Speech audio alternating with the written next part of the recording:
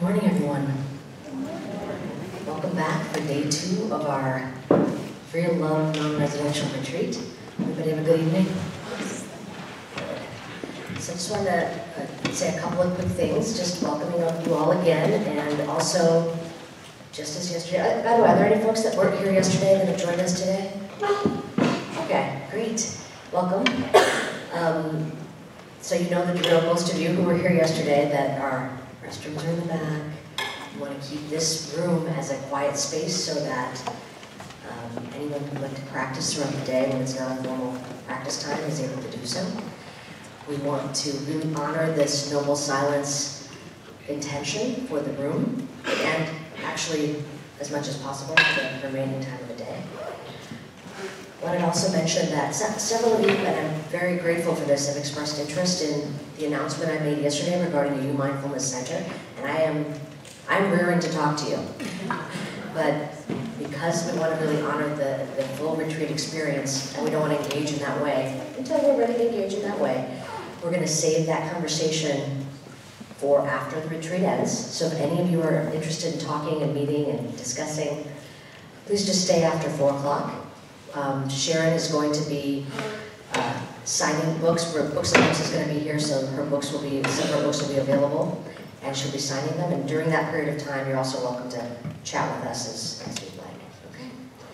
Oh, one other thing. Somebody left this here yesterday, so if this belongs to you, does this look familiar to anyone? Oh, good.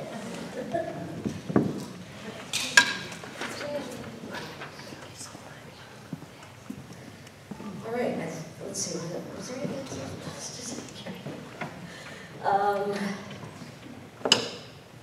I think we'll do the same thing again. Sharon will guide us for when the lunch break will be. We'll probably shoot for the same period of time. Everybody was able to find a place to eat yesterday without a problem?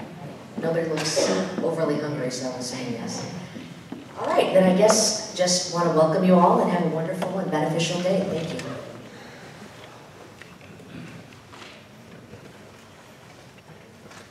Hello, how's that? All right, good morning, welcome back. It's quite nice. I find the second day is just a kind of homey feeling, like, oh, here we are, you know, together again, how nice. Same room. It's really quite beautiful. So, we're going to do different kinds or different iterations of loving kindness practice today, as well as have a discussion and etc. So why don't we start with a sitting, and with each of these sittings I'll guide you through possibilities for whom to offer loving kindness to. Remembering that what I said in common daily sitting, we might start with ourselves, end with all beings, and every day might be some difference in that middle part. And the overall arc of the practice is to try to keep including various beings we have different relationships with as a kind of stretch, I call it. And it all has to do with paying attention differently, not in any way forcing yourself to feel like a great wave of anything. And I just also wanted to say, for those of you who haven't quite settled on the phrases that you want to use, when I went to Burma in 1985 and did that 3-month period of practice, one thing I saw was that which phrases you received from the teacher, Sayadaw Pandita, really depended on who was translating that day. These are all translations, you know. There is no perfect phrase. And the phrases I was given in Burma that I practiced with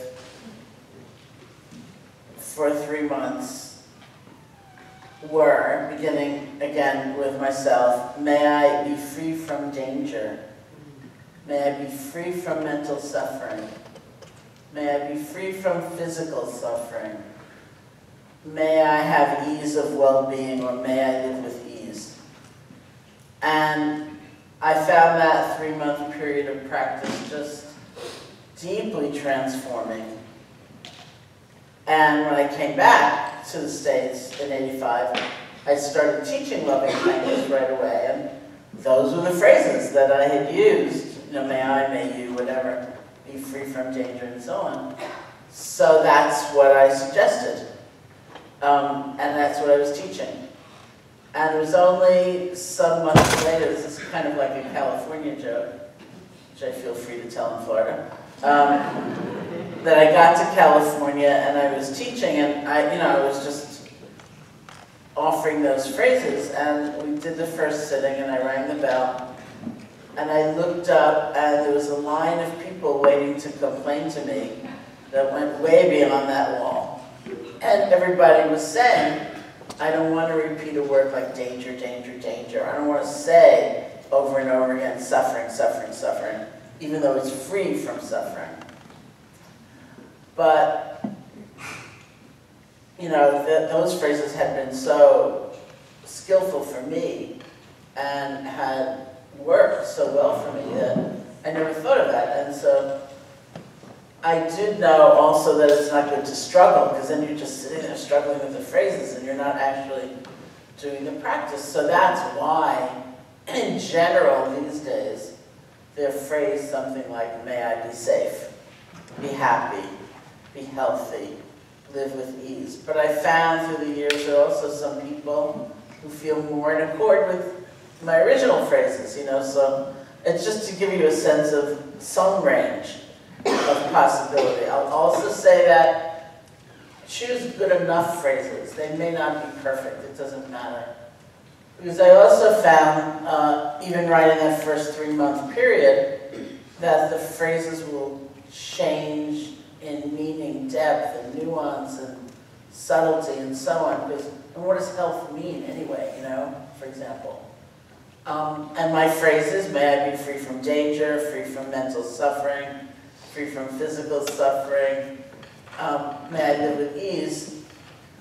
I realized I didn't like that fourth phrase very much. I thought, well, it's petty. It's kind of trivial, may I live with ease. Especially compared to what I really liked, which was may I be free from mental suffering, that I liked. You know, and I thought, may I live with ease, all right, you know. But I just kept using it because in that situation, I was given those phrases, and so that's what I used them. And just over time, something really did switch for me. So that one day I thought, our lives are so complicated. We have so many choices and so many decisions and sometimes so many kind of crazy moral dilemmas. I thought, may I live with ease? What a wonderful phrase. And my initial reaction was in contrast to a friend of mine who, for many years, worked for the federal government and has since retired, but she was still in DC at the time. And she said from the first time she heard that phrase, may I live with ease, it became like her North Star for any decision. Like she had to make a career decision or livelihood or any decision. She would ask herself, does this pass the may I live with ease test? And if it didn't, it was a no. So it was very different than my initial reaction. And I have another friend who's an artist, and I had told her that story. And she made like a stamp that said, does this pass the may I live with ease test? And she gave that to me with a pad of ink, And I lent it to my friend when I since I got it back. I sort of gave it, I guess, to my friend who was working in DC, and she said every once in a while, just randomly, she'd stamp some federal document and just pass the may I live with ease test. She sends it on through the bureaucracy. Whenever I tell that story, I think I should get that back. It doesn't work there anymore. So it's a very personal thing. It needs to be a personal thing, but it will only be good enough, and that's enough. Just like I say, choose a good enough benefactor. You may not have the perfect relationship with somebody where there's never been an instance of heartache, it doesn't matter. You know, it's, in a way, it's all kind of proportions anyway. But we do need some set of phrases that feels like a worthy gift, so that there's not that sense of struggle. You know, it's a worthy offering in some way. Okay, so it was just as I suggested yesterday, if you have phrases you use, whatever they are, and you're happy with them, just use them. It's fine. If you are not familiar with this practice, or you want new phrases, rather than spend this whole time trying to think of which phrases to use, you can just use 3 or 4 phrases like, may I be safe, be happy, be healthy, live with ease, or even my original Burmese kind of phrases. You can repeat them in any language that feels like, in a way, like your heart language. And we repeat them, as I said yesterday, with enough space and enough silence so that it is a rhythm that's pleasing to us. I have a friend who said he thought he'd get extra credit for saying more phrases. So you should say them really fast and try to get along, you know, it's like, you don't have to do that, right? Because the power will be in gathering all your energy behind one phrase. And then the next. And then the next. And there's nothing else you need to be concerned about. What am I feeling? How, you know, vast is it? How intense is it? Doesn't matter. You won't know right now anyway what kind of effect it's having. Okay? And then the kind of essence of this skill set is being able to let go and come back without spending an hour and a half blaming yourself and putting yourself down and comparing yourself to some unrealized ideal. To learn how to let go, to learn how to begin again with a really full heart. Okay, that's it. They say that the Buddha's first instruction for loving kindness practice was sit comfortably. It means sit comfortably physically, to whatever extent possible. If you start feeling very distracted by pain or discomfort, just move constantly. And sit comfortably emotionally, don't worry. Think of me dropping that jar, you know? Something is happening, even if it's at a level you can't immediately see. And you can close your eyes or not.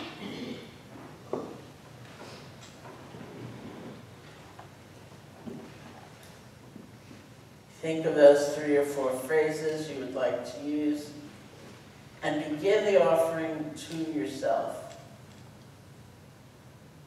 May I be safe, be happy, be healthy, live with ease, or whatever phrases you're using.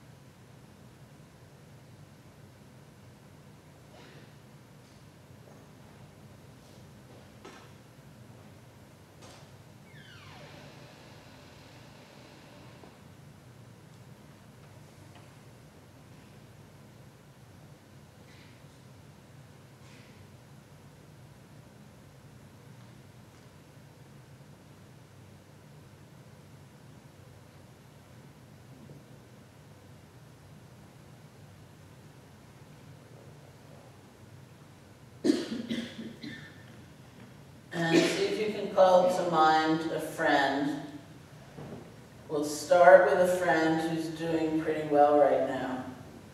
They may not be perfectly happy, but at least in some arena of life, they're enjoying success or good fortune. So if someone like that comes to mind, bring them here. You can get an image of them or say their name to yourself. Get a feeling for their presence and offer the phrases of loving kindness to them.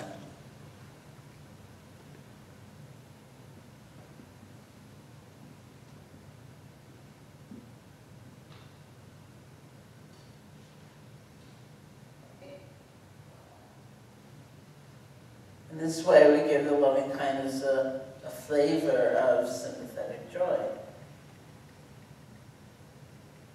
Joy in the happiness of others.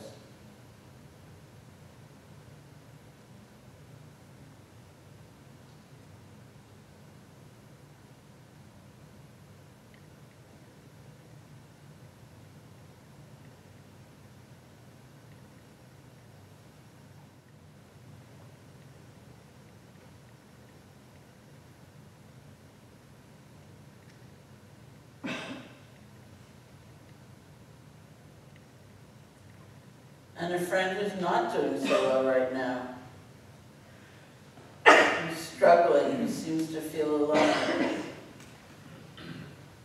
feels lost. If someone like that comes to mind, bring them here. See what happens as you offer the phrases of loving kindness to them.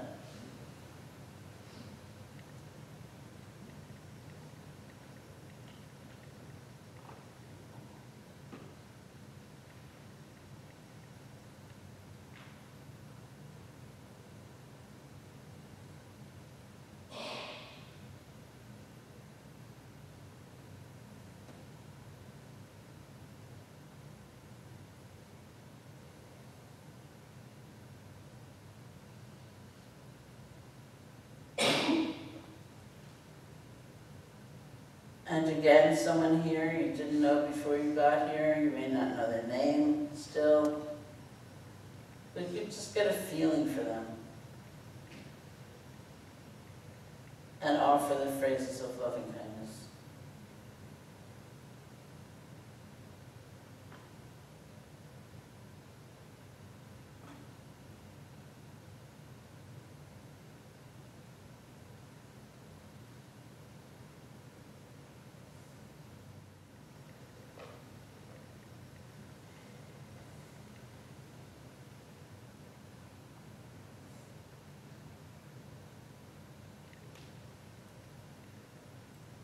And everybody here.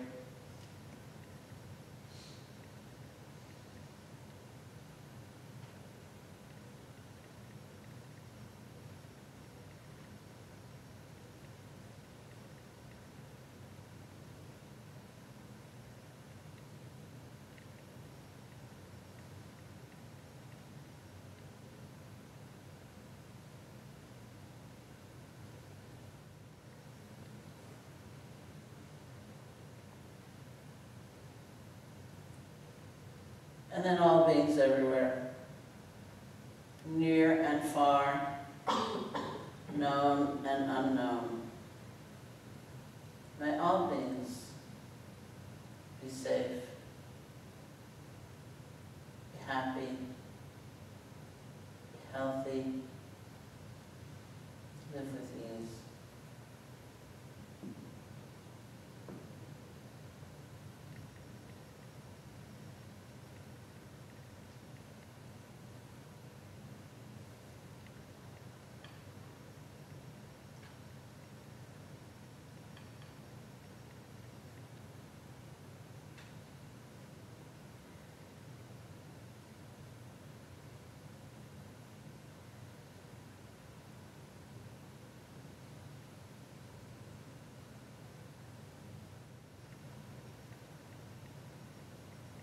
And when you feel ready, you can open your eyes.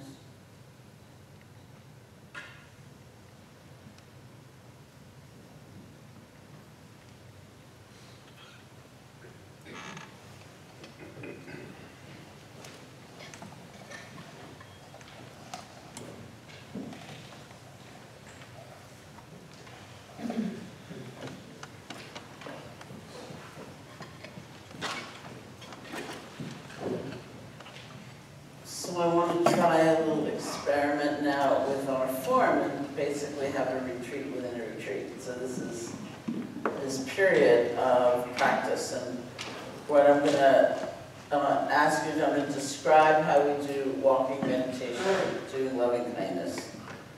Again, and remember, it doesn't have to be done walking. That's not the point. The point is eyes open and aware of what's going on around you. So you could be anywhere, say in a cafe drinking a cup of tea or something, and be doing the same thing. And that's why if you are just moving, if you're walking, it doesn't have to be a slowed down pace, which would look exceedingly weird.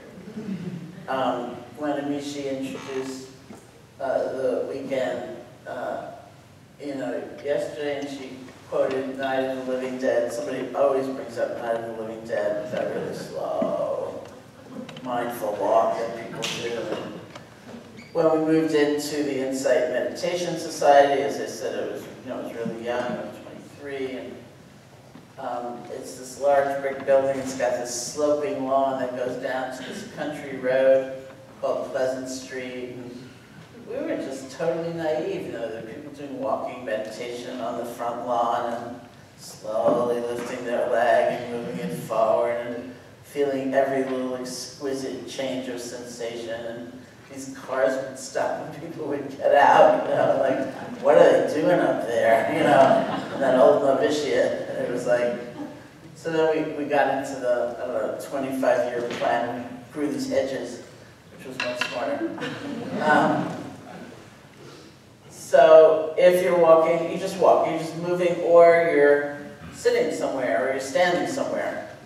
And usually, because your eyes are open, that means somehow the sense door of the eyes makes us especially prone to distraction.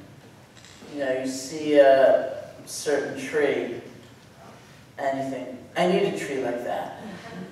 Well, I don't have a garden. I have to move. When can I move?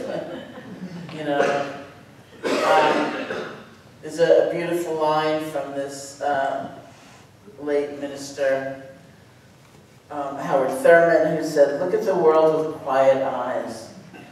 Look at the world with quiet eyes. And I've always loved that. I always wanted a book with that title, and I've never found a publisher who agreed with me. But, which I always say, because if anyone's looking for a book title, I think it's a really good book title. Look at the world with quiet eyes. Because I think so many times we're more like those cartoon characters with our eyes out in springs, like, I need more of that, And so we just kind of settle our attention into our being, into our bodies. Soften your gaze. Be aware of everything going on around you. And because it's a more complex activity than just sitting eyes closed, I tend to use more like 2 phrases. And if I'm walking, it matches the steps. So the way I like to do walking meditation or movement meditation, or I don't know what you would call it, integrated practice, something like that, is to basically have this baseline, this context of the phrases for myself, as I think I said. So I may be going along down the streets of New York, eyes open, normal pace, silently repeating, may I be happy, be peaceful. Be happy, be peaceful. And then when someone comes strongly into my consciousness, I hear a bird, I hear a dog, I see someone coming by, or even someone from home comes powerfully into my mind, I stop for a few moments to include them. Oh, be happy. And then I go back to the phrases for myself. You don't have to do it that way, but I find, again, for me, that it's good to have some kind of container, because there's a lot of life out there, it could be really pulled in a lot of different directions, but in this way I have the grounding. So when you're sitting and you're drinking a cup of tea or something like that, and you're also doing loving kindness, or you're walking, or you're moving in some way, it needs to be a very light awareness on the phrases. You're not trying to block out everything else, kind of hone in, but you just have this touchstone. It's your secret, right? As you sit in the dentist waiting room or whatever, as you're online somewhere. And it's fun, just to see. The skill set always remains basically the same. Your attention will wander. It will likely wander a whole lot more. See if you can let go and just rest your attention lightly again on the repetition of the phrases. So we're always letting go and beginning again. Okay? So I'm going to ask you again to be silent in this period and to use it as a time for practice. We'll come back, we'll do one more sitting, and then we'll take it for the rest of the day. All right, so if you could come back in 20, 25 minutes, okay? That would be great. And we'll ring it up. So not to worry. Okay, let's sit. Again, if you could bring your energy, bring your attention into your body. Close your eyes or not, however you feel most at ease, most comfortable.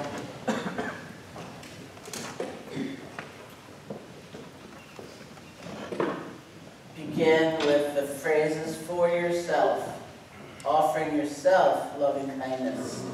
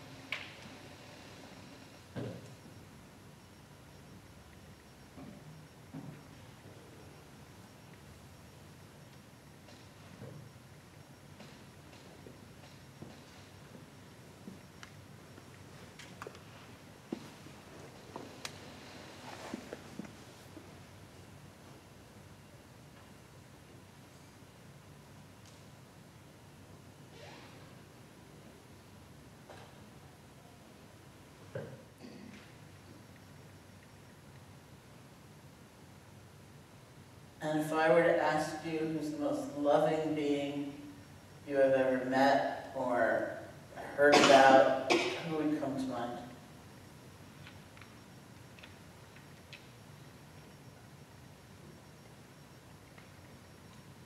And if someone does come to mind, bring them here.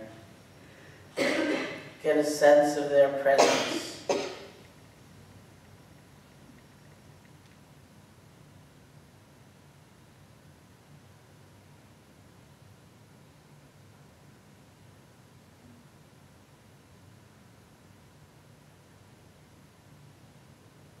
And have that being offer you loving kindness. So you can put yourself in the position of the recipient. The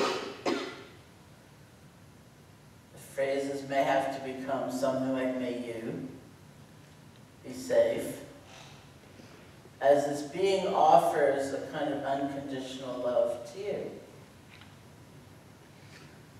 And you may have all kinds of different reactions. Disturbed, embarrassed, unworthy, delighted, grateful. Whatever it might be, see if you can have the emotions wash through you. You don't have to try to push them away or follow them. Just let them move through you and steady your attention on the repetition of the phrases.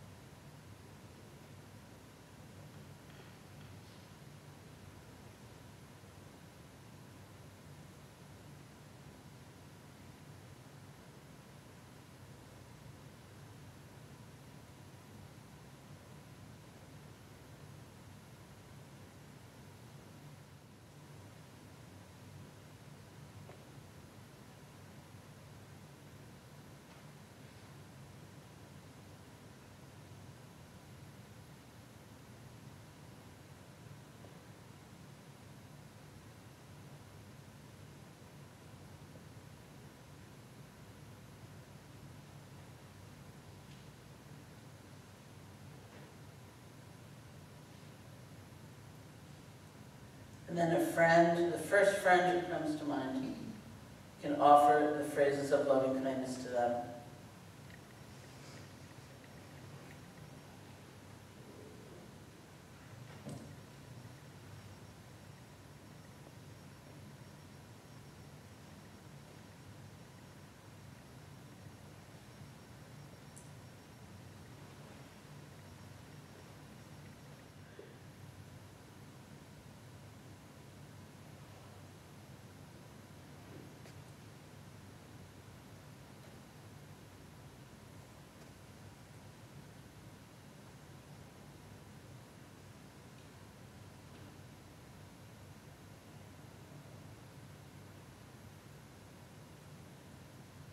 And everybody here,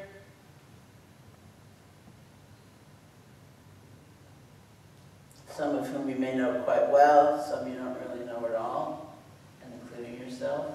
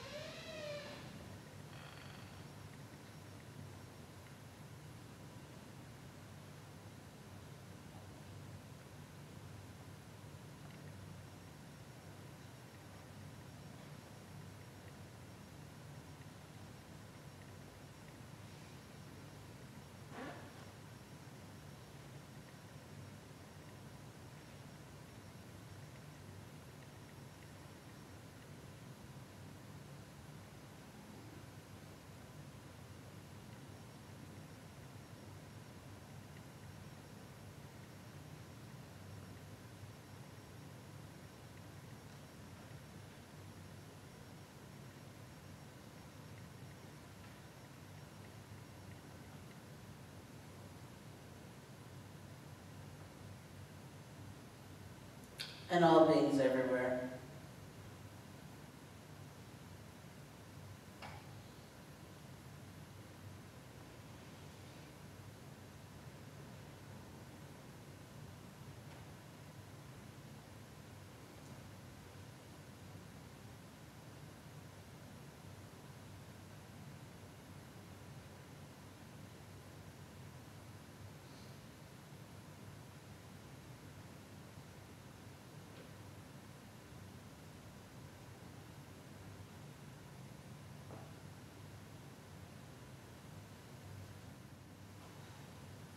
And when you feel ready, you can open your eyes.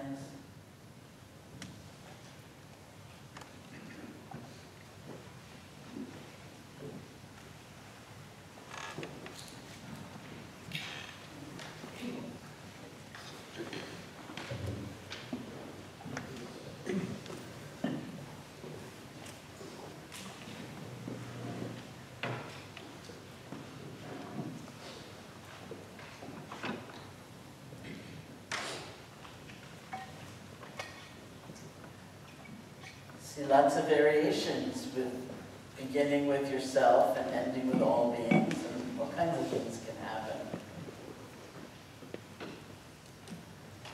So I want to go back for a few minutes to talking about what I started with, which was tranquil and alert, the Barrytown motto, and this question of balance, and also introduce another model which really begins a discussion more fully about action and bringing these qualities into life. But first, this question of balance. So, as I said yesterday, there are some huge overarching issues of balance that clearly come up. You know, what's the balance between, say, compassion for ourselves and compassion for someone else?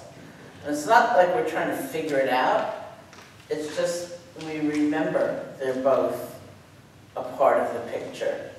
And we kind of feel our way in every particular moment or circumstance or relationship to what that might look like now. And that's why sometimes in offering loving kindness to a difficult person, for example, this one suggestion is that you experiment with holding both of you in mind. So the phrase becomes something like, may we be happy, may we be peaceful. What happens then? I don't know, but you keep practicing, and it's kind of interesting. And technically, you know, the practice, any practice really rests on this balance. There's calm, tranquility, concentration, peace, relaxation that we're cultivating, and we're also cultivating energy and interest and alertness. I sometimes describe my earliest practice, where I was working with the breath, and one of the things I noticed, as silly as I thought the technique was, it wasn't that easy. And one reason it wasn't that easy was because almost as soon as this breath was beginning, I'd kind of be mentally leaning forward to get ready for the next 50. And I realized that that was a habit I had of approaching a lot of things. I was very frightened, I was very wary, I was very guarded, I didn't know what might happen next. A lot had already happened to me in my life. And so for me in those days, balance looked like settle back. Let the breath come to you. It's just one breath. You don't have to worry about even the next breath. It's just this one. Settle back. Let the breath come to you. I used to say to myself, you're breathing anyway. All you need to do is feel it. Because I had so much performance anxiety, it's like I'd never done it before. It was like, settle back. And of course, we might be way too far back. It's like we could not care less what this next breath feels like. And we need to sort of mentally come forward a little bit, right? So it's the same dynamic. If you're really pushing ahead, it's like too much energy. It's too much force. Settle back. If you're too far back, distant, cut off, you need to come forward a little bit, right? You need a little more energy. Now, I would never suggest that you sit there and try to figure out, is it too much energy, is it too little energy? This will just drive you crazy. But sometimes we just know. We get a kind of intuitive feeling like, whoa, you know? Or another way I experienced it, this was much later in Burma. I was doing loving kindness practice. This is a little hard to describe, but I was doing loving kindness practice. I was walking, and I was extremely tense. And I realized in looking at my experience that I was trying to do the practice and make it work. And I realized all I needed to do was do the practice. And it would work, or it would unfold, or my experience would happen.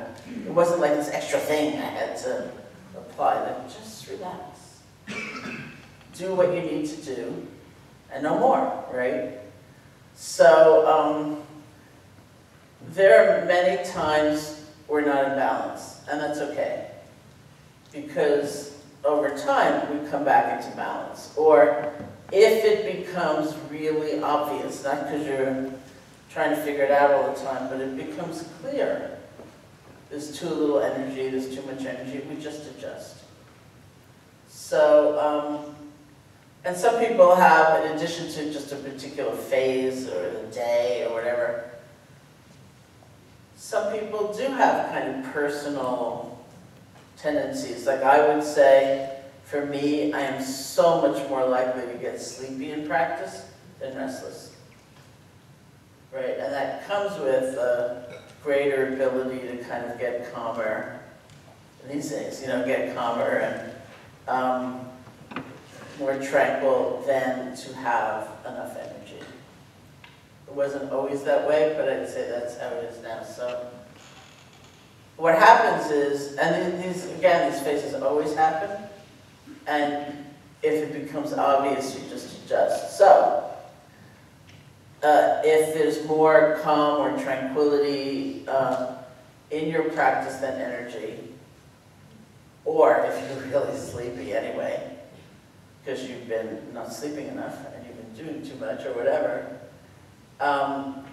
usually before we actually fall asleep, in practice, there's this intermediate stage which classically is called sinking mind. I call it the ooze. It's like just before you go to sleep, you know, you're kind of dreamy, drifty, and maybe images, and it might be really pleasant, you know, but it's not very sharp. And in working with the breath, for example, that's one reason why some methods would suggest you actually use a mental note, like in, out, something like that, because the word itself, generating the word, will demand some energy, will pick up your energy, and you might hit a better balance. So once, for example, at IMS, where during the retreats, there's a sitting with instruction and questions and answers sometime after breakfast. And one day, you know, one year, it was my turn to lead that. And I got up in front of like 100 people, and I closed my eyes and just began meditating for a few moments. And right away I went to that ooze, you know. It was just kind of dreamy, drifty. And then I had the thought, you know, maybe it would be good to note the breath and not just feel it. And I started doing that, and the clouds cleared. And I realized, so I've been sitting in front of about 100 people for about 20 minutes, and they're waiting for some instruction. I'm just and so I waited till the end of the sitting, and I rang the bell, and I gave a big plug for mental noting, which I described what just happened, you know. Because loving kindness is verbal, right? If you're silently repeating phrases, the phrases have meaning.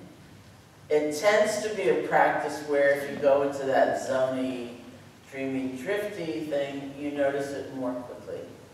Because the phrases tend to get garbled, for one thing. You know, so for example, in Burma, I once found myself sitting there repeating, "May you be filled with suffering. May you not. May you be free of suffering."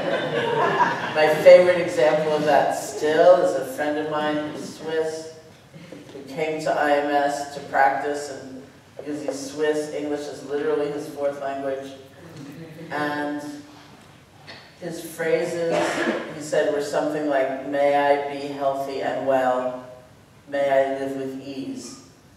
And one day he heard himself repeating, "May I be wealthy in hell. And may I live with eels." And he just kept repeating it, you know. It took a while before he thought, that sounds weird. And he flipped all the way back to Swiss German. He thought, oh, that is weird, you know. But that's like a good feedback system. That's like a wake-up call. Not that all is lost or you've done terribly, but that you need to rebalance. You know, you need to pick up the energy. Maybe that's mechanical. Open your eyes. Get clearer with the aim, which I'll talk about in a minute. Maybe it means some movement, you know, or maybe it means trying to get a really strong sense of the recipient, you know, instead of this vague, like somewhere out there, someone's, you know, right? So there are ways in which we can clarify. What I mean by aim is actually another technical point.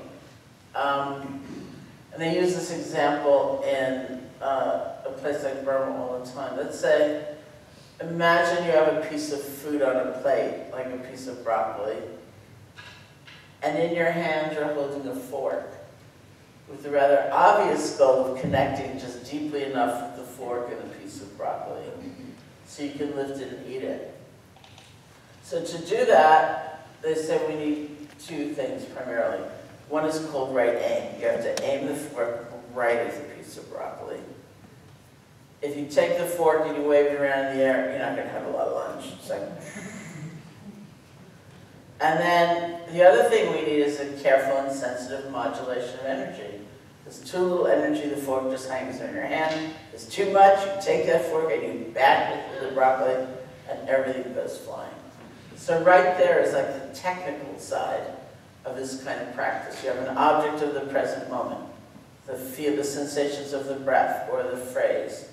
You want to aim your attention toward just one. What came before does not matter. And you don't have to like gear up to be ready for the next one. It's just this. and you simply connect. You don't have to make the practice work. It will work. You just aim your attention and connect. And everything will unfold from there. So aim, that sense of just this one, is said to kind of also clear the clouds and clarify something. You know, make a sharper, pick up the energy. And so it may be that you feel some dreamy thing and either open your eyes or work with the aim, or, you know, there are lots of things that you might choose to experiment with. And it's not pass-fail. You know, it's like, oh, maybe I'll try this or maybe I'll try that. That didn't seem to work, let me try that. If you have too much energy, you know, sometimes compared to the amount of calm that is present, sometimes it's very physical. And you just feel jumpy, you know, you can feel the energy just being liberated, being freed in your body. I have a friend who went to sit in Sri Lanka, and she was all alone in her meditation hall, I think actually even bigger than this room. And she said she started out in a corner on a cushion, and she got so restless that she like stood up and went to the other corner and sat. And then like 3 minutes later she got up, picked up her cushion, and she said she felt like she covered like every inch of the floor, you know? So this is very physical. Sometimes it's not physical, but it's more mental. You know, we plan, and we plan, and we plan, and we plan, and we plan, and we plan, and we plan. Same thing, over and over again. Or it's worry. You know, what if, you know, my plane is late, what if it snows tomorrow, my boots, usually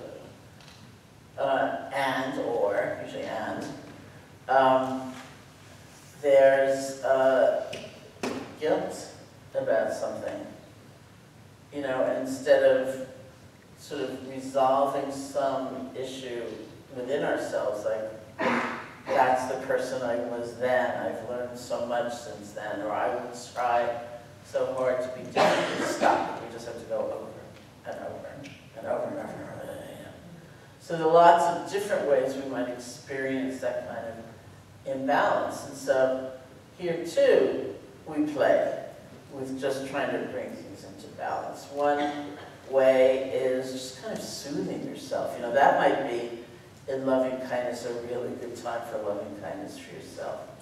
And almost in a tactile sense, it's like you're hugging yourself. You know, you can just feel the waves of calm as you start to soothe yourself. Another way, which is almost feels the opposite in a way, is create space. Like a big energy is trying to move through a really tight little container, it's going to be really hard. But a big energy with enough space to move can move. It can flow. So that might mean open your eyes. If you're doing mindfulness, it might mean listen to sound. If you're doing loving kindness, it's like all beings everywhere. Everywhere, right? Just that, what will help you, it's very personal.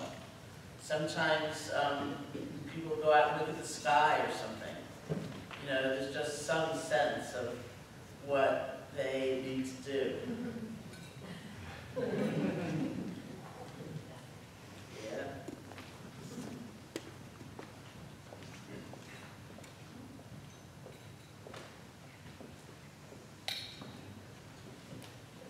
All right.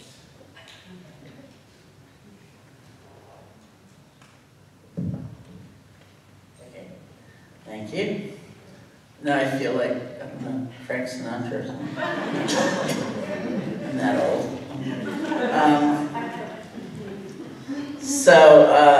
That's just something, you know, to understand about your practice. Often, there's something in there, and hopefully with a good heart and lightness of touch, you can just realize, oh, something needs to shift here.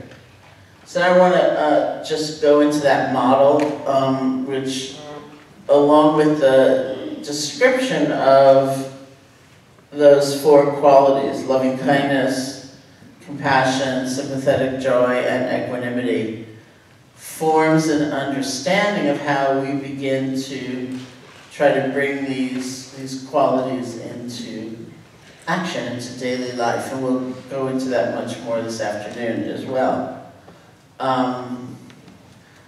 So the model is we often talk about this. I'm sure many of you have heard me talk about it. The model is a model of action within the Buddhist tradition. And it begins with understanding our motive. I'm looking for the right prop, so.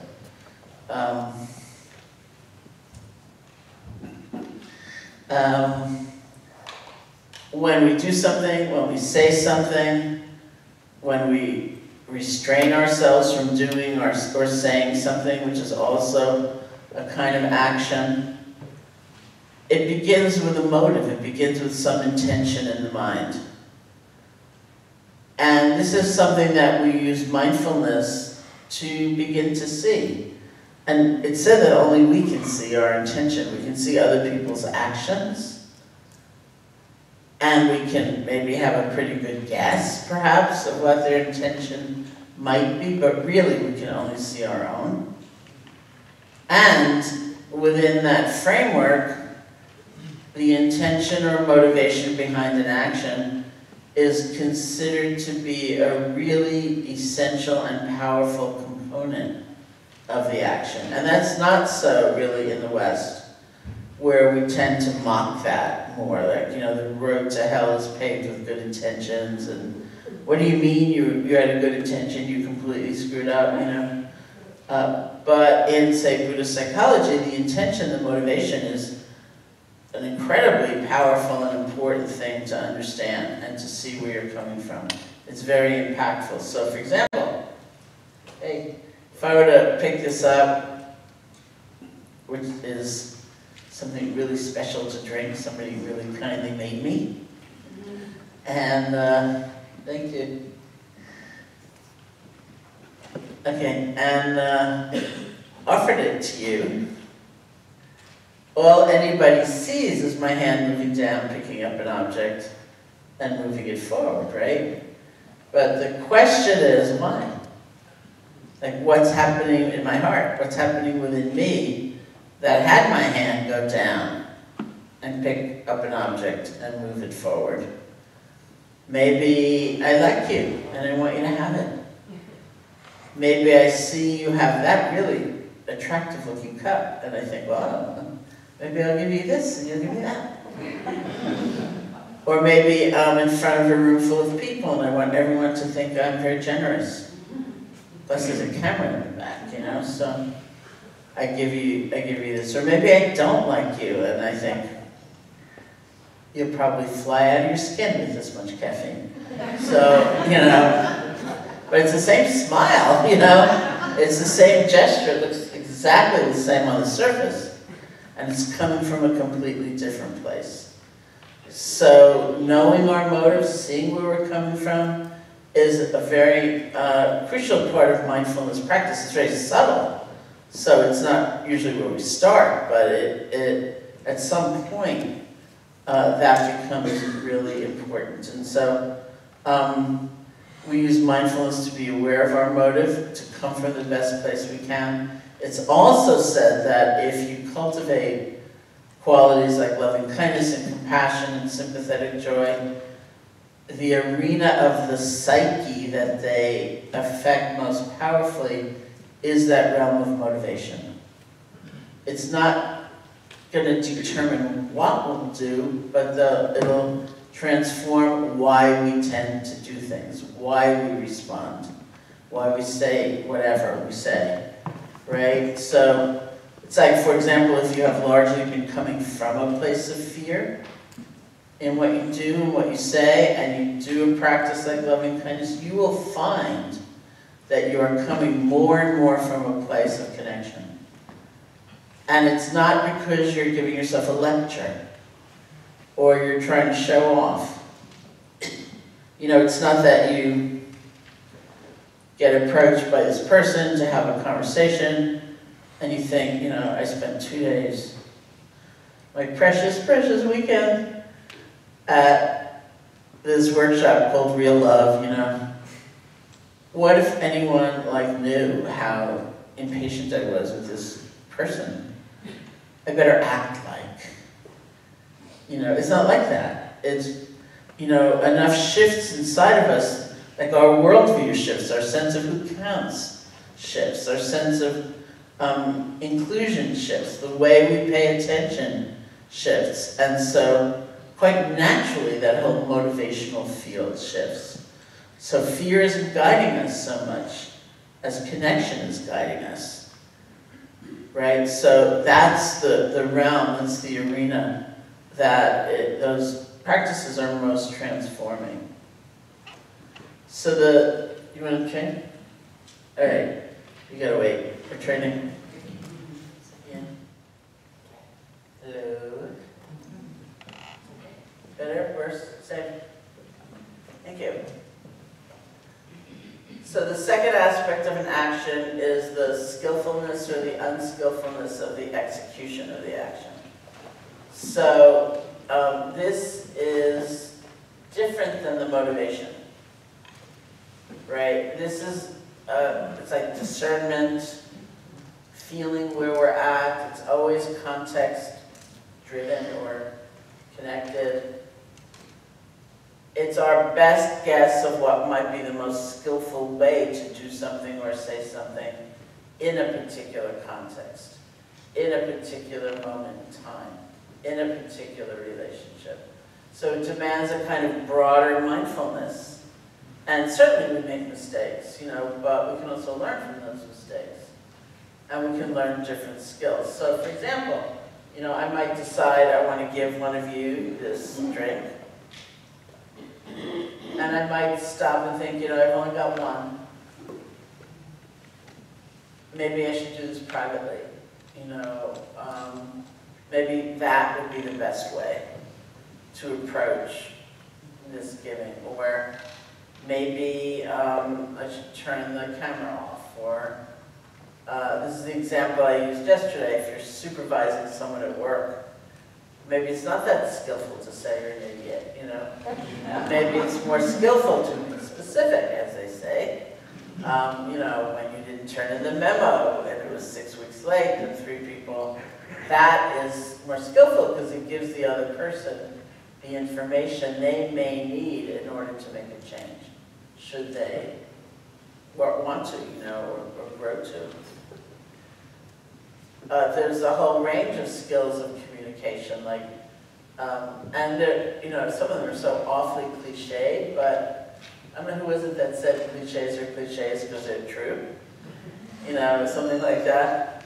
I once went to hear the Dalai Lama teach, I think it was in Seattle, and he started out by saying, perhaps it's not so skillful to say it's cold in the room, because maybe not everyone is feeling cold. I, for example, am not feeling cold, in case you will start thinking of it.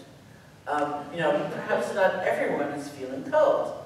Perhaps it's more skillful to say, I am feeling cold. Like, use I language, right? And I was practically rolling on the floor laughing. I thought, there's another California joke. He sounds like every communications coach from California I've ever heard. Like, use I language, don't use you language. And I thought, who's he been talking to, And I thought, I was probably been talking to communications coaches from California, because he likes to talk to all kinds of people and just learn. So I thought, well, isn't there a kind of truth there? Like, if you go to the movies with a friend, for example, and you walk out of the theater and the friend says, that was the best movie ever made. There is now not enough room in the universe for you to say, I didn't like it that much. They have laid down absolute truth. That is the gospel truth. It is ordained. You cannot deviate from that. Whereas if you walk out of the theater and they say, I love that movie, there actually is room for you to say, I didn't like it that much. So it's sort of, laborious and, programmed in all kinds of the ways I find that somewhat irritating. Use I language. I actually think it's very effective. It's also truthful. You know, when you say you're an idiot or you never think about anybody else, what we are more honestly saying is, I felt hurt. I felt disappointed when, or I had hopes that this would go this way instead of that way. And if you're in a context where it feels appropriate to be that vulnerable and that honest, then you might make the effort to try to reframe what you're about to say in that way, because it is more truthful. That's what we're actually trying to communicate if we're wanting actual real communication. So, there's another book title, Real Communication. So, we have the motivation coming from as loving or connected or compassionate motive as we can. We have the skillfulness of the action based on context, based on discernment, based on learning skills. And these are not the same. And this is what I was saying also yesterday, that if we think they're the same, then we're sunk. Because then we think there's a very narrow band of action that can be called loving, right? But maybe you are genuinely, truly coming from a very loving motive, and your best guess in a particular moment in time, in a particular relationship, in a particular context, is that the most skillful way to say something, to do something, is pretty intense. You know, it's saying no, it's having a boundary. It's not, that action is not a reflection of your intention. And only you can know your intention, right? So we work with all of that, with being mindful of our intention, with deepening our sense of connection. We work with learning more skillful action. And then there's a third part, which I didn't really go into at all yesterday, which is how that action is received. And in some ways that's like the immediate response, because both parts of that play a role. The immediacy of it. You know, we would like instant gratification. And maybe we're not going to get it, but that doesn't mean that what we see is the end of the story. Right? Sometimes you, out of a really generous motive, you prepare a gift for somebody, give them a book, you give them something like that, and they don't seem very excited about receiving it, and we think, oh, well, that went nowhere. But sometimes, has this happened for you? It certainly has happened for me. You know, sometimes a long time later, that person will come back and say, oh, you know, you gave me that book, and it really didn't mean much to me. And now, you know, I lost my job, or my mother got sick, or there's this incredible opportunity in front of me, and I feel really nervous about going for it. And I picked up the book. And it was perfect. And that is the realization that what we see in front of us is not necessarily at all the end of the story. It's like a seed that got planted. So we can't look for immediate gratification all the time and be happy. Right? It's just not going to be that way. And we don't necessarily have to feel as hopeless and lost in futility as we sometimes feel. Because really we are planting seeds. But think of me even in my meditation practice when I talked about dropping that jar, you know? I mean, in that week of practice, I thought nothing was happening, but something was happening. And it was only as conditions shifted that that got revealed to me. And then there's the response part. So this goes back to one of the ways the Buddha described equanimity. Which, remember, equanimity does not mean apathy. It does not mean indifference. It means perspective. It means spaciousness.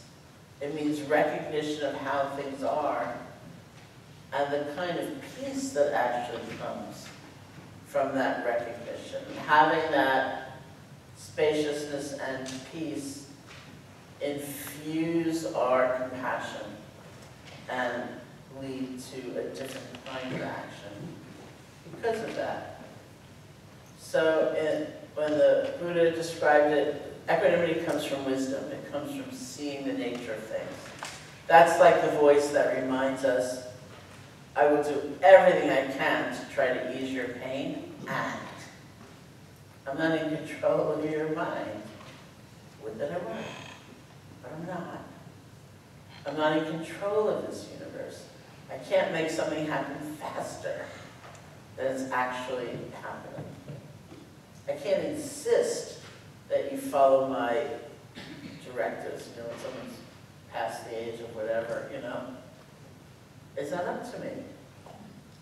That doesn't mean I withdraw or I don't care or I don't do anything, but let's see how things actually are. So equanimity actually allows us to be wise and aware as we go through the inevitable ups and downs of life. So the Buddha talked about it in terms of what he called the 8 vicissitudes of pleasure and pain, and gain and loss, and praise and blame, and fame and disrepute. It's pleasure and pain, gain and loss, praise and blame, fame and disrepute. And he said, everyone's life, it's these 8 conditions, and we go up and down and up and down and up and down. It's just the nature of things. There's no one's life that has only pleasure and no pain. There's no one's life that has only praise and no blame. And the story from the Buddhist time I always like to tell is just that. It's a story from the Buddhist time where this man one day got really intrigued about what might be happening in the monastery when the Buddha was teaching. So he went there, and the first person he came upon was someone who had temporarily taken a vow of silence. And so when this man said, can you tell me something of what the Buddha teaches, he remained silent. And the man got furious. He stomped away. The same man came back the second day and came upon another disciple of the Buddha, somebody who was very well-versed in all the theory and very, as well as in the practice, but was very theoretical. And so when the man asked him to say something of what the Buddha taught, he went to a very long, elaborate theoretical description, and the man didn't like that. So he got really angry and stomped away. So the same man came back a third day and came upon another disciple of the Buddha's, this monk named Ananda. And Ananda, having heard what happened on the first day and what happened on the second day, was careful to say something, but not too much. And the man got really angry. And he said, you know, how dare you treat such profound matters so sketchily? He stomped away. So this group of people went off to see the Buddha. And they said, oh Lord Buddha, this is what happened on the first day.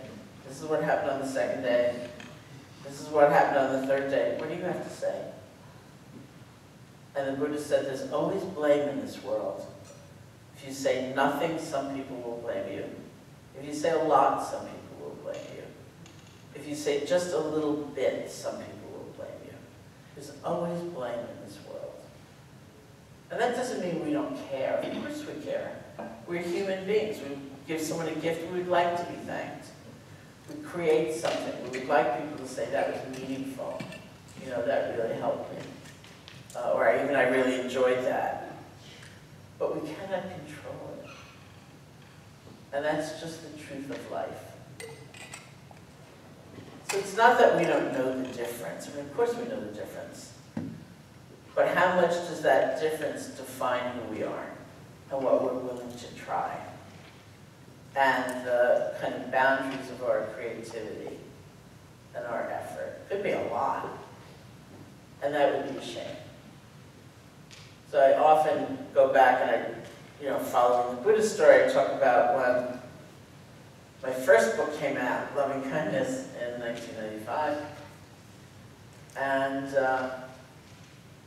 if anybody sees or has the original hardcover version, you can tell it took me a really long time to write that book. I mean, for one thing, I started teaching metta in 1985.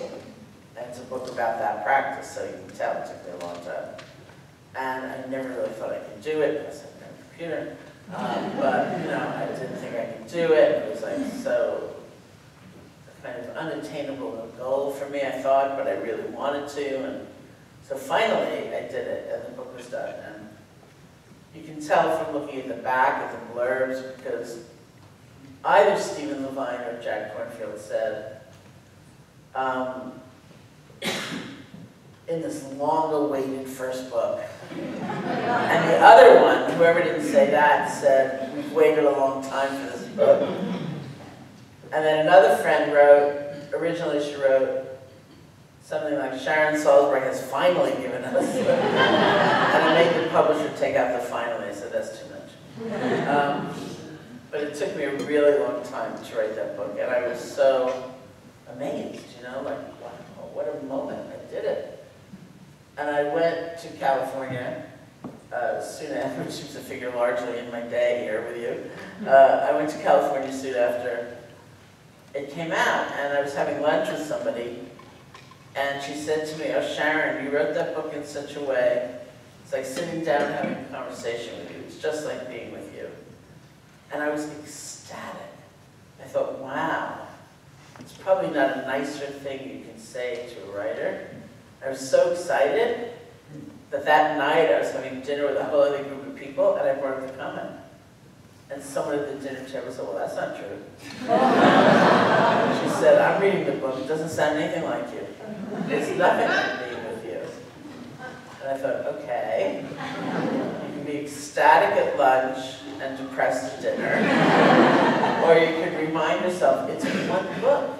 It's the same book, written for whatever was motivating me at the time, with whatever level of skill I could bring forth at the time. And one person felt one way about it, another person felt another way about it. And I would never want to imply I didn't notice the difference, or that they were the same to me. That's not human, But how often are we completely defined by the response of someone else, which in itself is very conditioned. You can't really say to somebody, something's going to happen at 10:30. I want you to come into the room, not having checked your cell phone messages, not having checked your email, not having had a conversation with anybody, and not having thought of anything all morning. I don't want you in some kind of mood. I want you to come in as a completely blank slate. It's not reality, right? Every moment is born out of all these conditions coming together and coming apart. That doesn't mean that we don't care. But if we're looking for a sense of integrity or the rightfulness of our action, it's recommended we would do better by looking back at our motivation and seeing what that was, and looking at the skillfulness of our actions. Not to say that we're perfect. Maybe, someone in their dismissal of us has something important for us to hear. But not to take it as the absolute truth of all time, because it is as conditioned as anything else, right? So we listen and perhaps we learn, but we don't have to let these things define us. Because really, if you're going to be defined by something, it would be better by lunch than dinner. So it's kind of like that. We listen and we learn, and yet we need some equanimity, we need some perspective, we need some balance in terms of how we are responded to. And, of pleasure and pain, and gain and loss, and praise and blame, and fame and disrepute. I usually, you can use any of them as an example. I tend to use praise and blame because I find it very interesting that it's the same action. right? It's the very same action that elicits praise from some people and blame from others. And so we have a repository of looking, which is our motivation and the skillfulness of the action. And we can really explore what equanimity means by the rest, right? So we have the motive, we have the skillfulness of the execution, and we have like the immediate response. The first three of those qualities, loving kindness, compassion, sympathetic joy, really transform our field of motivation.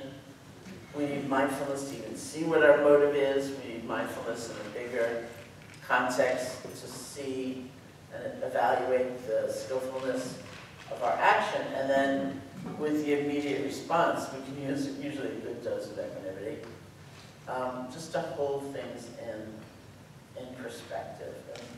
And, it's so funny, talking about creating something, or you give a lecture, or you try to help a friend, or and you can see, well, it doesn't take long, really, for the feedback to come in, and to see that, wow, there are lots of different impressions here. What seems to be the thread that is actually useful for me to pick up, and what is just, someone's in a bad mood, as far as you can tell. It makes a big difference in one's life, because you have a place to stand in really feeling out your own actions. And even when we make a mistake, or even when we think, oh, that was kind of crummy, that's a real learning. To sort of determine our choices by the idea that we will get 100% accord somehow. If we only did it perfectly well, it's not going to happen. And we can be okay with that, because equanimity gives us a level of peace with reality as it actually is. Okay? So that's the, in a way, that's the overarching model, which we'll then use as we look at life circumstances, ways of responding from a basis of loving kindness. So again, I'd love to hear from you if you have questions, comments, anything you've experienced, when you went outside, if you went outside, anything that I've said. Look at these saintly people. That's actually a hard job.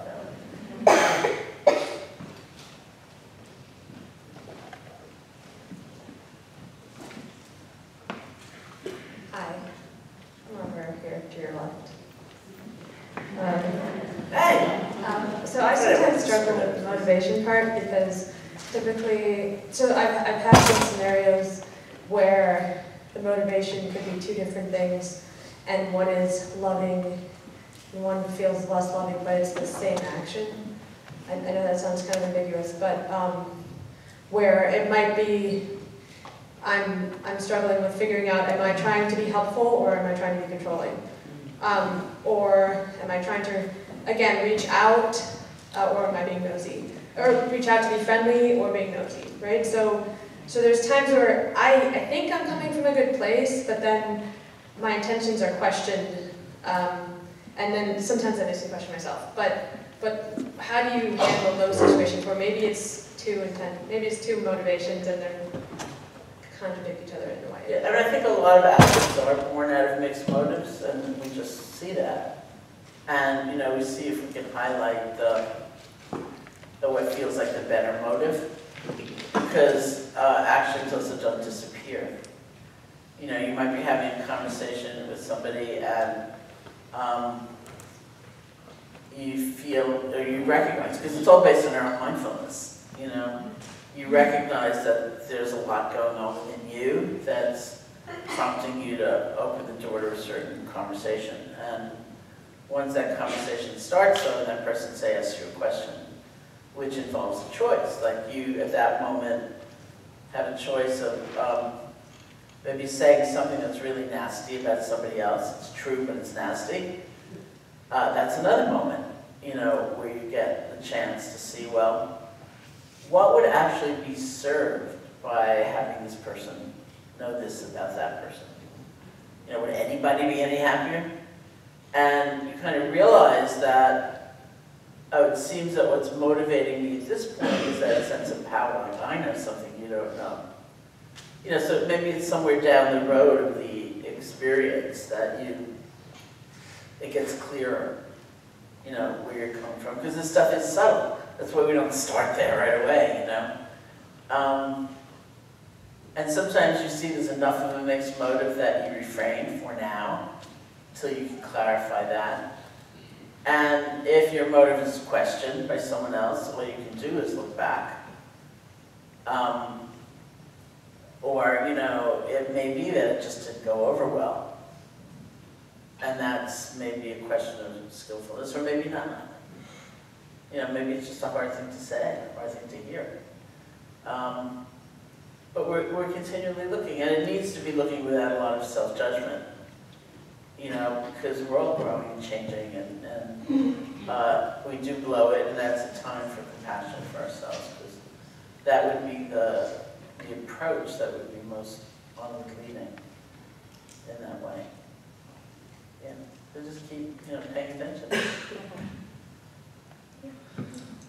Hi, Sharon. Hi. Hey. I just wanted to share a pretty cool thing that happened this morning when we were doing the loving kindness. When we were talking, or when you had guided us through spreading loving kindness to all beings, and it kind of came from something that we were talking about towards the end of the day yesterday with the difficult people, and how you were saying how maybe if those difficult people weren't filled with fear and hurt and such, that maybe they would be nicer. And so that kind of came to the forefront of my mind when I was thinking of all beings, because difficult people came up during that. And it made it so much easier for me to be able to wish them loving kindness, because I said, hey, maybe be happy, healthy, so, you know, so on and so forth, because if they were that, then yes, maybe they would be able to be kinder as well. So I just wanted to thank you for that. That's great, thank you. Hi, Sharon. Over here. Hey, yes. So you keep using the example of giving someone a book. I brought a book today to give to you, and now I'm afraid to give it to you because I'm questioning my own motivation. And maybe I'll get up the courage to give it to you later. Yeah, please do. Well, now I expect it. I really want it. So I was just curious if it will be within the scope of your talk this afternoon to talk about the near and the far enemy. Sure. I mean, I'll say a little bit right now, and then we can go into it. In the Buddhist psychology, where these 4 states are talked about, loving kindness, compassion, sympathetic joy, and equanimity, the system itself describes the far enemy of each of these states, which is like the clear opposite. You never get confused between the state and the far enemy. It describes the near enemy, which is a state that's usually close enough that we could get confused, but really it's very, very different. If we're paying more attention, we see that difference. It also describes this thing called the proximate cause, which I understand is a legal term as well, which is kind of the likely or ready launching pad for the state to arise. It's not the only way it can come into being, but it's a good springboard. It's like a good set of conditions for the state we're cultivating to likely arise. So in terms of that last thing, for example, the proximate cause of loving kindness, it's actually twofold. One is seeing the good in people. If even it's a tiny little sliver in a sea of negativity, if we focus on the negativity, as we usually do, to the point of obsession, and we just go over it, and over it, and over it, and over it, like forever. You know how when you go through the list of someone's faults again, and again, and again, you never even think of a new fault. but it's the same list, it's just again, and again, and again, then naturally we'll feel a lot more distance. But if we can find even one little good thing, and we think of it, then we feel a sense of connection, from which vantage point we can honestly and directly look at what's wrong and what's negative. So that's actually an exercise. See if you can find the good in people. And it's not easy, and sometimes it's not possible. You won't. I mean, it's just not going to happen. And then we go to the second reflection, which is what I talked about yesterday, that all beings want to be happy. Everybody wants a sense of belonging, of some connection, and we can do really vile things even to try to achieve that in the mistaken notion that that will actually make us happy. But will it? You know, we believe not. And so it's the ignorance that actually leads people to do those things, but we all want to be happy. And that just makes a shift. It's like it opens the door for the possibility of loving kindness true rise. Just as I said, the proximate cause of compassion, when I use those terms, is remembering everybody's vulnerable to change and to loss. It's seeing the universality of pain that allows compassion to arise, and so on. So the far enemy, going on to that for a moment, is the complete opposite. You would never confuse this state with its far enemy. Far enemy of loving kindness is aversion, which is anger or fear, which are considered the same mind state, two different forms. Anger being the expressive, energized, outflowing form, fear being the held-in, frozen, imploding form of striking out against what's happening, trying to declare it to be untrue. And they're totally the opposite. We know that. Energetically, we feel that difference.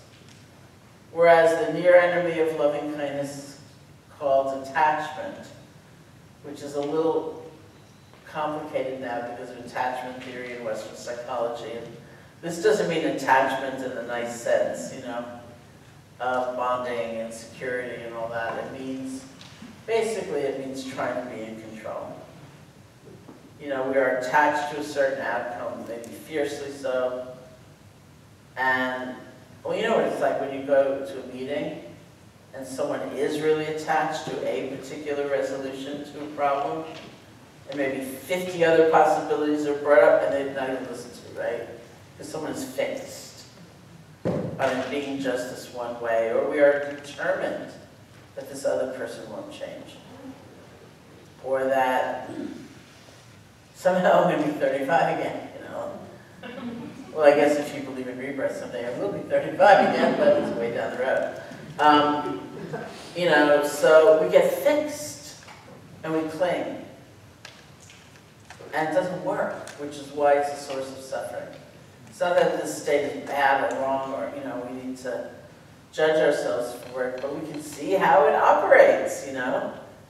It's so in violation of the truth of things, which is that we're not in control. That we're bound to suffer if we get lost there, but it's easy to confuse that kind of clinging with loving kindness. You know, it's kind of this sense of like, people say this sometimes, not even as a joke, like I went to that retreat and I chose you as my friend to give loving kindness to, and you haven't been doing so well, and I just put all this effort into the loving kindness, and I came out of retreat and you were as bad off as you ever were, you know. You know, so either we blame ourselves, it wasn't good enough loving kindness, or we blame them, why didn't you receive it better? You know, I pumped it out. Like, you know, it's not a freely given gift anymore. There's another whole motivation going on. So they're close, you know, but they're very, very different too. The far enemy of compassion is cruelty, which I sometimes define as such a strong sense of otherness, like, you know, you kick a table, that's one thing. You kick a person and you feel like you're kicking a table, that's a big, big problem, right? And it's so easy to be cruel when that other being is like nothing to you. You know, it's so objectified or so unseen. But the near enemy, actually, of compassion is a very, very interesting, and maybe we'll get into this afternoon, too. It's a very complex discussion. It's been translated as different things throughout the eras. Some people say pity. It's not exactly pity, although it could be pity, because these days when we use the word pity, it does imply often a kind of disdain. Like, you're way down there, you fell apart, I'll be nice to you, you know. That's compassion compared to that equal kind of appreciation of how vulnerable we all are. Really, the translation tends to be sorrow or grief, but again, it's not the Western understanding of sorrow or grief. I think if we were gonna really try to analyze that near enemy of compassion, we would probably call it burnout. Something like where you feel the suffering, or you appreciate, you recognize the suffering, and you cannot move toward to see if you could be of help. You feel shattered. You feel exhausted. You feel overwhelmed. Right? So again, this isn't like a bad state or something to judge yourself for. It's to understand this is not compassion, even though it can look like it superficially. And the reason it's not compassion is because there's no energy. Right? You just cannot go on. There's no resilience. You can't go on anymore. You can't hang in there anymore. If you do, it's out of obligation or some other motive to take it over. Because compassion, remember, I defined as the movement toward to see if you can be of help. And if you're like in bed, you're not moving toward anything. Right? And so it's not to judge yourself for it, but to understand this is different. And we're not necessarily taught the difference, which we might benefit from not only being taught the difference, but learning some skills. You know, and having some tools so that even if we go into that realm, as we often might, burn out, overwhelmed, we don't have to stay there. And we certainly don't have to cultivate it, you know, as the goal. And this is really, I mean, it's really interesting, you know, arena, because we do tend to get burnt out, many of us. And, it's not a bad state, but it's also not, first of all, it's not balanced, because we ourselves are not necessarily part of that picture of compassion, right? There may not be enough equanimity to balance the compassion. Equanimity, which reminds us, I can't fix everything by Tuesday. It's not my job, really, even. I'll do everything I can do, and nature needs to take its course. Things may take time. I don't know everything right now. I only see what's in front of me. You know, all kinds of things. That's wisdom. Remember, equanimity is the voice of wisdom, which doesn't mean we don't care. It means we have some perspective on things. So, falling into the near enemy, it's so devastating for us and for those we're trying to help in the end. It becomes a crucial consideration of what's the difference between compassion and its near enemy. And then the far enemy of sympathetic joy is jealousy or envy. The near enemy is a little harder to understand. I've seen it in different ways. Sometimes it's described as giddiness, like being happy for no good reason, not necessarily because you're happy for someone else's happiness. More meaningful to me, description has been comparing, where we're looking at someone else's status or accomplishment or happiness, as far as we can tell, not with an eye toward being happy for them, but to sort of figure out who we are, if we're good enough.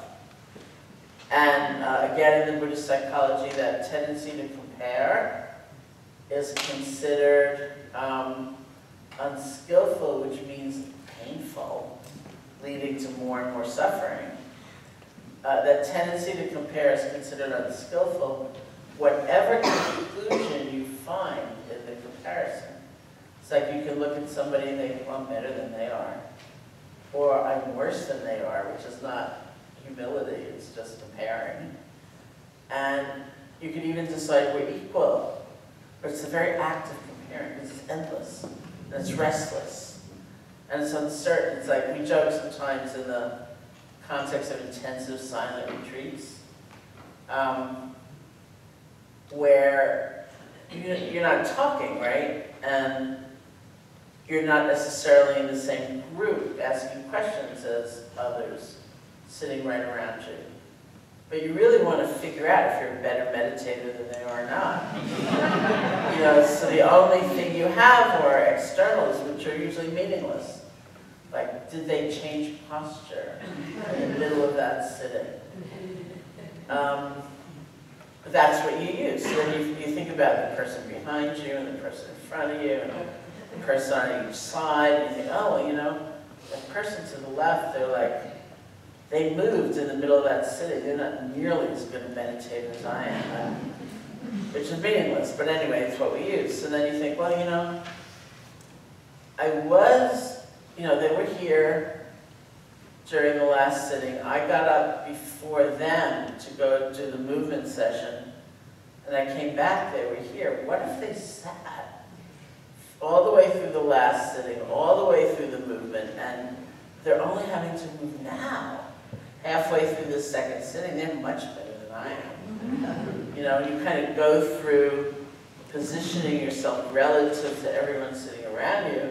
Someone new comes in, you have to do it all over again, right? That's why it's considered unskillful, whatever conclusion you draw. So that makes sense to me as a kind of near enemy.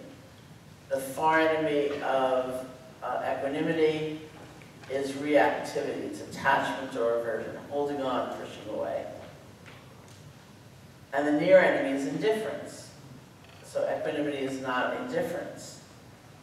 It can feel like that sometimes until we really take a look. And then you see, no, it's very, very different. Doesn't mean you don't care. It doesn't mean you're cold or you're pulled back, but you've got some perspective about things that will stand you in good stead, especially if you're trying to get anything done. You know, because nothing happens right away. And nothing happens without some ups and downs. It's just not real. Which is why I sometimes feel that first thing we learn, often in meditation, how to let go and begin again, is the most crucial learning of all. You know, it's the thing we need more than anything as we try to do anything.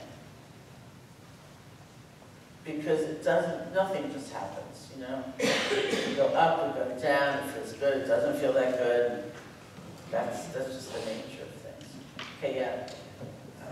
Thank you. First of all, I'd like to thank you because I've never been to a retreat before of any length or any type. So thanks. I'm getting a lot out of this. But going back to the phrases, I find it really interesting and surprising in the conversation here and in some of the guided meditations, love and kindness, that the phrase that at least is very powerful for me, that is, let me love and be loved, is not one that I hear anyone talking about. And that one, for me, evokes often, very often, an emotional and feeling response. The other one that I find particularly useful is let me not be afraid. Reason being that I guess like everybody else, I have a lot of things from time to time that I'm afraid of. And what I find very, very interesting is that when I will say that, depending on what is going on for me at a particular time, what pops into my head. For example, simple example, last week, I have a lot of investments in stocks, so we all know what's going on in the stock market. And I said to myself, let me not be afraid. And what pops into my head is stock market, And what that does for me is not, in terms of helping me identify what's going on for me, it also helps me maybe deal with it a little better. So one last comment. Yesterday I was commenting about difficulty with the phrases for a particular individual at a point in time in my life. Well, last night I came up with one that I want to share with you, and that is, let him stop being a blank and get what he deserves. So, then I thought about it and said, well, maybe that's not within the spirit of love. And maybe I ought to think about that a little bit more. Change it up a little. Thank you. That sounds good. But that's fantastic, like Frank said earlier. I think that's great. When you find phrases like, may I love and be loved, it's beautiful. And they're your own, as long as it's something you can, in a way, extend to others. Like, may you love and be loved. Then it's perfect, because it's really your own, and it's what's most meaningful. Not in the way that you just did that last phrase exactly, but depending on one's belief system about the nature of the universe, it might be that people get what they deserve anyway, and that isn't always a great feeling.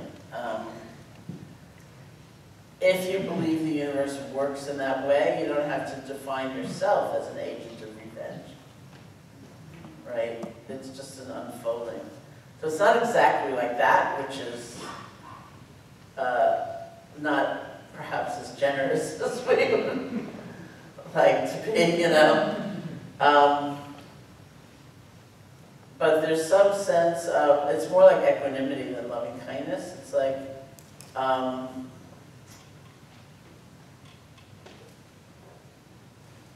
it's complex. It's like to whatever degree you need to be truthful, you need to recognize and even pronounce something that's wrong. That's different than sort of devoting our own life energy to someone else's downfall, especially if you believe both there will be consequences to actions, because actions are consequential, and if you believe those actions could only come from a place of pain and confusion and certainly disconnection. I was on a panel not too long ago in Berkeley, and I feel like I brought the whole state of California with me. I was in this panel in Berkeley, and it was a teacher who just left Tibet. They set up the panel for him because he just left Tibet and wanted to see the kinds of things that were happening in the West. And, so it was him and another Tibet teacher and me and a couple of other Western teachers, and someone in the audience raised their hand, and their question was, I know from looking within myself that when I behave wrongly and I cause harm, it really is coming from a place of pain. And he said, but I look at some of the people I feel behave the worst, and they don't look like they're suffering. They look like they're pretty pleased with themselves, and they're just going along. And he said, I just don't know what to do. And there's like complete silence on the stage, like none of us really, know what to say. So of course I answered the question. And I said something like, I really understand, it can be quite hard. It would be easier for us if they could just like fray around the edges, and like at least sometimes look either remorseful or they're in pain, but they may not, and yet we do know from ourselves that given that life is really precious, and if you believe that as human beings we have enormous potential for love, for connection, for making a better world, for caring for one another, and you see what some people do with their lives, it's not that it wipes out, the consequences of the action at all, but there is a kind of feeling of compassion, a kind of poignancy, like, really? You're going to devote this life to that? And then die? And then have to give up everything? Like, how? And it's not an enviable state. You don't think like, wow, you've got power, and so there is a kind of compassion that comes, because we actually know what's real from our own experience. It sort of reminds me of, perhaps I feel like everybody probably knows, someone who describes themselves as lonely, and then you see how they talk to other people, and you think, no wonder. It's like, you're kind of off-putting, It's like we say we want to be happy, maybe we really do want to be happy, and our very actions are making us more alone and cut off, removed. So it's not actually an enviable state in any way. And so you can find that kind of compassion for somebody and find another way of phrasing it, which was very funny. Besides, may you get what you deserve. I think you can count on that anyway. So we are at lunchtime. Did you have any announcements, or we're just... Okay, once again, if you can try to keep this room quiet and free of food, because that's our pledge. If we're going to come back officially at 2. If you want to come back earlier, you can practice, you can lie down in this room.